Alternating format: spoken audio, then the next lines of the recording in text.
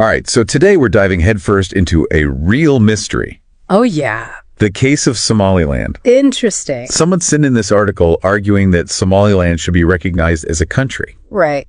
And I gotta admit, before reading this, I had no idea this place even existed. You're not alone. So fill me in. What's the deal with Somaliland? Well, it's almost like a country in hiding, you know? They've got everything you'd expect, government, people, the whole 9 yards. But no one wants to officially recognize them. It's really fascinating. All right, so before we get into the why of it all, let's start with the basics. Sure. Where even Somaliland. And what does it even mean to be an unrecognized country? Okay, so picture the Horn of Africa. Toy. Somaliland's right on the northeastern tip. Right. Jutting out into this super important shipping lane, strategically, it's a pretty vital spot. Makes sense. It used to be a British protectorate way back when, got its independence in 1960. Right. And then, well, things took a bit of a turn. Wait, hold on. Yeah. So it was its own country. It was. For a hot minute, at least. This is already more complicated than I thought. Just a bit. So they were independent, and then what? What happened? Well, just 5 days after getting their independence, they decided to join with Italian Somaliland. Really? Yeah, to form the Somali Republic. So they gain their freedom and then almost immediately give it up. That's wild. Like, no, right? It's like gaining your freedom and then immediately saying, nah, let's team up instead. So what was the thinking behind that? Why would they do that? The article talks about this pan-Somali dream. Right, I saw that. And the idea was to unite all Somali people under one flag. Okay, strength in numbers kind of thing. Exactly. But the article suggests it wasn't exactly a fairy tale union. Promises made to Somalilanders were broken. They faced a lot of marginalization. Really? And then things took a really dark turn under Siad Barre's regime in the 1980s. Yeah, the article mentioned that, didn't shy away from the word genocide. Yeah, and rightfully so. It was a brutal period. Absolutely. Thousands killed, cities destroyed. It was horrific. I can't even imagine. It's important to understand this context, you know. Yeah, I'm starting to see that. Because when the Somali state collapsed in 1991, Somaliland basically said, we're out. So they declared independence again. Exactly. Back to square one. So let me get this straight. They've been running their own show for, what, over 30 years now? Functioning like a country? Pretty much. But the world's basically ignoring them? More or less. I don't get it. Why wouldn't they want to be recognized? It seems like it would be good for everyone. Well, that's where things get complicated. Okay. International recognition, it's not as simple as just filling out some paperwork. Right. It's a whole web of politics, power plays, and sometimes just plain old inertia. Yeah, that sounds about right. But the article makes a pretty strong case that this isn't just about Somaliland wanting a pat on the back, you know? So there's more to it than just wanting that recognition, that status. Oh, absolutely. There are some serious arguments here. Okay, let's hear them then. What are the legal reasons they deserve to be recognized? Well, first of all, there's this concept of self-determination. Okay. It's a pretty big deal in international law. Basically means people have the right to choose their own government. Makes sense. And Somalilanders held a referendum in 2001, overwhelmingly voted for independence. Wow, so they literally had a vote? The people spoke? Exactly. You can't get much clearer than that. I guess not, but wouldn't that mean any group could just declare themselves a country? There have to be some rules, right? Oh, there are, definitely. Okay, good. The article talks about this idea of 𝗤𝗏𝗄𝗏𝗏. Uti what now? Haha, yeah, it's a mouthful. It is. But it basically means respecting colonial borders. All right, and how does that apply to Somaliland? I'm not quite seeing the connection. So Somaliland, as a former British protectorate, has its own distinct borders. Right. Totally separate from Somalia. Okay. So recognizing them wouldn't be like redrawing the map all crazy. It'd be respecting the historical lines that were already there. Oh, I see. So they're not trying to carve out new territory. They're saying, hey, these were always our borders, even back in colonial times. Exactly. It's a clever argument. It really is. And then there's this other concept they bring up, remedial secession. Remedial secession. Yeah, essentially it argues that if a group has suffered severe abuse, they have a right to break away. Oh, wow. And considering what Somalilanders went through under Barre's regime... It's like they're saying, we didn't just want to leave, we had to leave. Exactly. They're not just arguing technicalities here. They're saying their very existence as a separate entity is rooted in escaping oppression. That definitely adds another layer to it. It makes you think, you know, what does it really take for a nation to be recognized? Yeah, big questions. So we've got strong legal arguments, a pretty compelling backstory. Check. But a lot of countries have those things. What makes Somaliland different? Why are they actually a contender for recognition and not just wishful thinking? Yeah, good question. What makes them stand out? Well, that's what's so intriguing. Okay, I'm hooked. While the world was looking the other way, Somaliland was busy building something remarkable. Okay, you've got to tell me more. Let's dive into that. So Somaliland's got this whole legal case, this history of being ignored.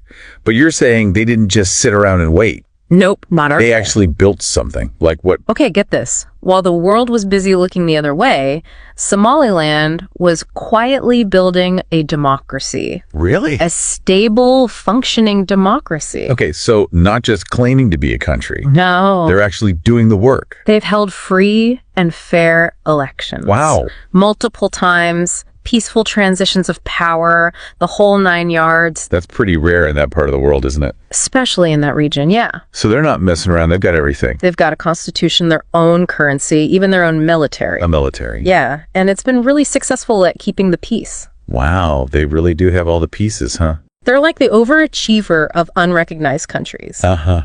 I like that. The article also mentioned their economic growth, especially around the Berbera port. Ah, yes. What's the significance there? Berbera is a huge deal for trade, strategically vital. Right. And Somaliland's been really smart about developing it. So they're attracting investment, creating jobs. All of that. Yeah. And they're doing it with basically no international aid. It's like they're bootstrapping their way to success. Exactly. It's pretty impressive. I bet that's inspiring for people living there. It is. They've got a lot to be proud of. But if they're already functioning as a country, what's the big deal with not being recognized? Is it just a matter of pride?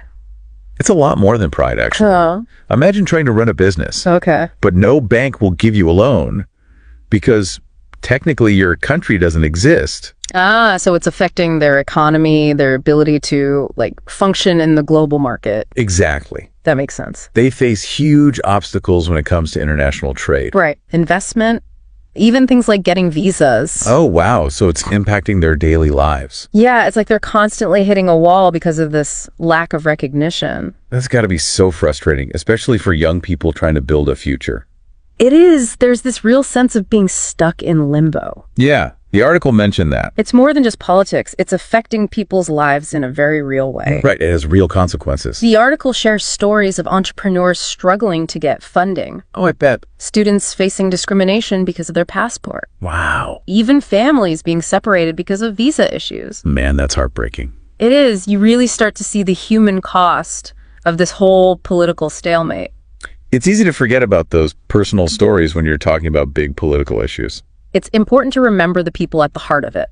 Absolutely. So they're facing all these challenges, but it sounds like they're resilient. Oh, incredibly resilient. They haven't given up hope. Not at all. That's good to hear. In fact, the article argues that recognizing Somaliland could actually have positive effects. Positive effects? Like how? Think about it. Oh. You have Somaliland, this island of peace and democracy. Right. In a region known for conflict and instability. Yeah, that's a good point. So it's like a beacon of hope, showing that another path is possible. A different way of doing things. Exactly. And from a practical perspective, recognizing Somaliland could create new opportunities. Like what? For trade, for investment, benefiting not just Somaliland, but the whole region. So it's like unlocking all this potential that's been dormant for too long. Exactly. There's so much to gain. I could see that, but let's be realistic for a second. Sure. There have to be some concerns about recognizing Somaliland. Of course, there always are. It can't be all sunshine and roses. Definitely not. So what are some of the worries people have? Well, one of the biggest concerns is the potential for instability. Instability. Remember, Somalia, from which Somaliland declared independence, still claims Somaliland as part of its territory. Oh, right. That's a tricky situation.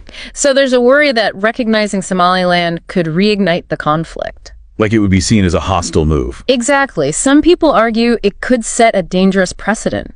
I can see that. Like encouraging other breakaway regions to declare independence. Leading to more chaos. Potentially, yeah. And what about the African Union?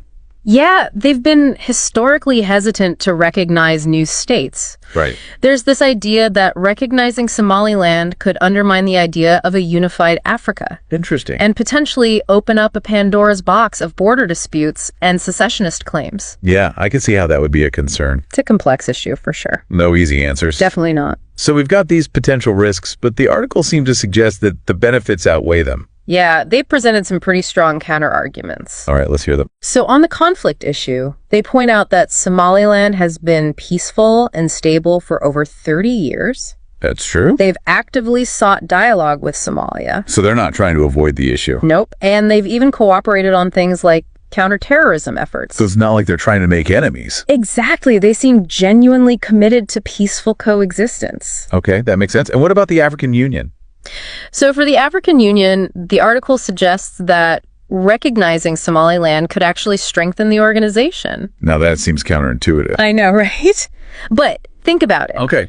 By recognizing Somaliland, the African Union could show its commitment to self-determination and good governance. It would be a powerful message. Like, we support those who uphold democratic values. Exactly, and it would encourage other countries to follow suit. So it's about rewarding positive behavior. And setting a positive precedent. That's a really interesting way to look at it. It reframes the whole issue. It does. So they're making the case for these benefits, but the article also went a step further. Oh, yeah. Saying that continuing to ignore Somaliland could actually be dangerous. That's right. Dangerous. How so? Well, for one thing, it breeds resentment and frustration. Makes sense. It's like telling them their efforts don't matter, and that can push people toward more extreme solutions. So by trying to avoid conflict, we might actually be making it more likely. Exactly. That's a bit ironic. It is, and then there are the missed opportunities. Right.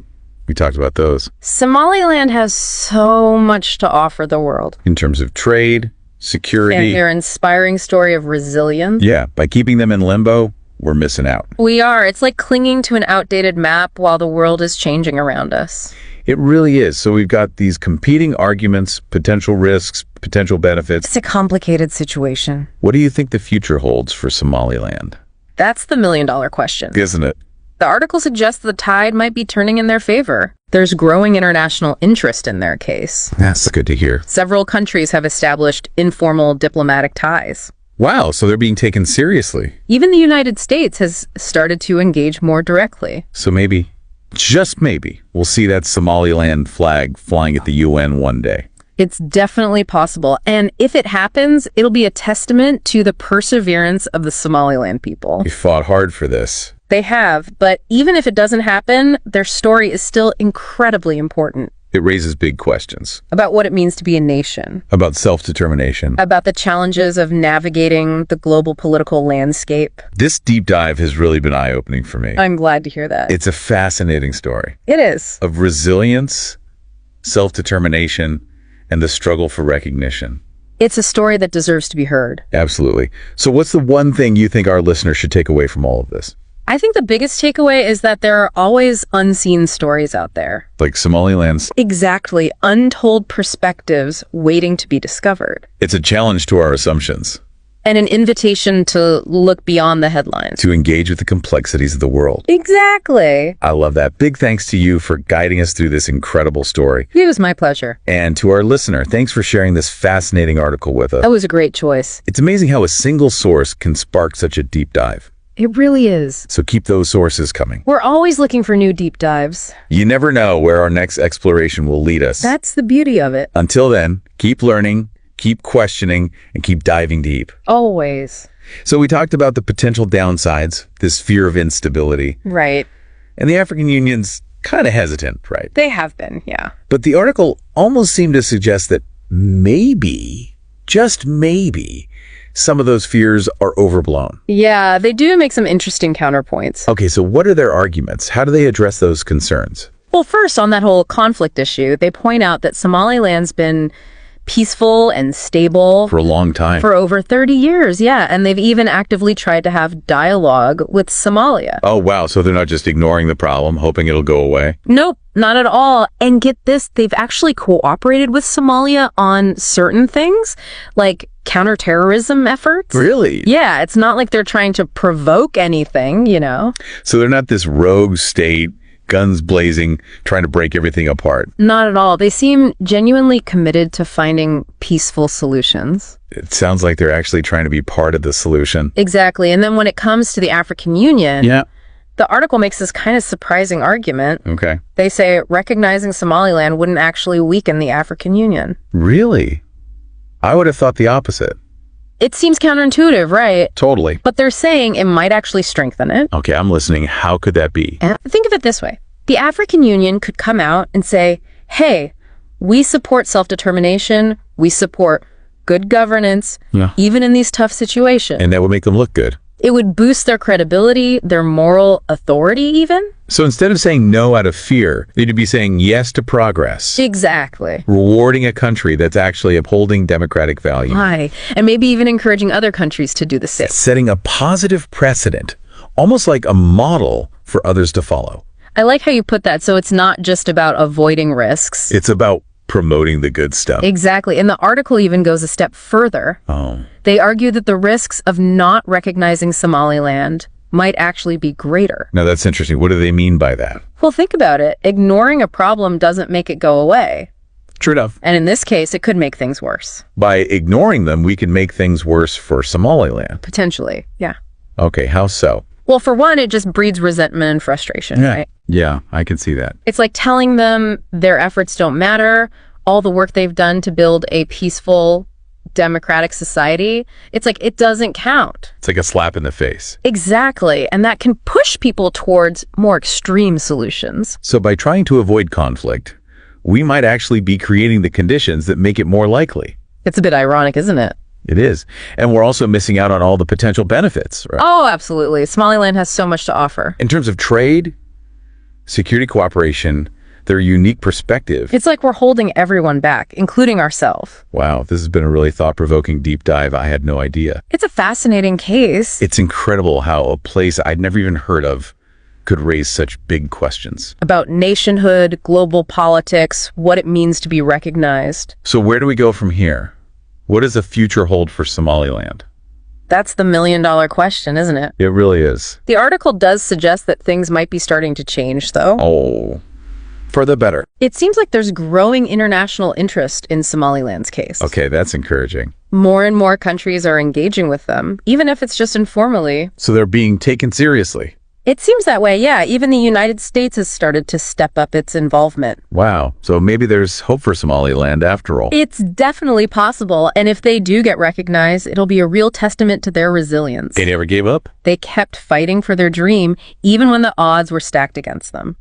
It's an inspiring story. It really is, but even if they don't get recognized, their story still matters. Because it challenges our assumptions. It forces us to look at the world differently. To think about things from a new perspective. And to remember that there are always more stories out there waiting to be heard. Absolutely. This deep dive has been a real eye-opener. Huge thanks to you for guiding us through it. It was my pleasure. Always happy to explore these complex issues. And to our listener, thank you for sharing this incredible article with us. It was a fantastic choice. Really sparked a great conversation. It's amazing how one single source can lead us down such a fascinating rabbit hole. That's the beauty of these deep dives. So keep those sources coming. You never know where our next exploration will take us. That's right. Always be curious. Always keep learning. Until next time, keep exploring, keep questioning, and keep diving deep. See you then.